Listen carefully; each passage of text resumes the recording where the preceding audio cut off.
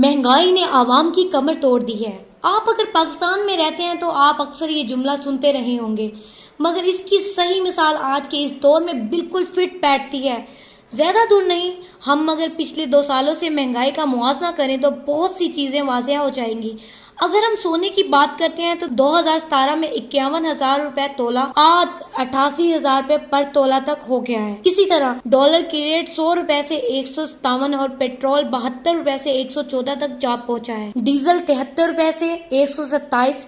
इसी तरह सब्जियों में टमाटर 120 से 140, प्याज 50 से 60 और आलू 40 से 50 तक पहुंच गए हैं। कीमतों का यूं आसमान से बातें करना हुकूमत वक्त को समझ आती है या नहीं, ये तो आइंदा आने वाला वक्त ही बताएगा। लेकिन कीमतों का यूं दुगना होना आवाम के लिए बहुत ही बड़ी आजमाइश से गुजरने के मुतरातिफ है। देखते हैं कीमतों में कुछ ठहराव आता है या यूं ही रोजमर्रा बढ़ती हैं। हुकूमत वक्त से आवाम का मुतालबा फौरी तौर पर जरूरियात की अशिया की कीमतों को कम किया जाए और एक आम शहरी की कमर पर जो बोझ लाद दिया गया है उसे कम किया जाए, ताकि आवाम को जिंदगी गुजारने के आसान मौके फराहम हो सके। जीनत खान, NP न्यूज़, लाहौर।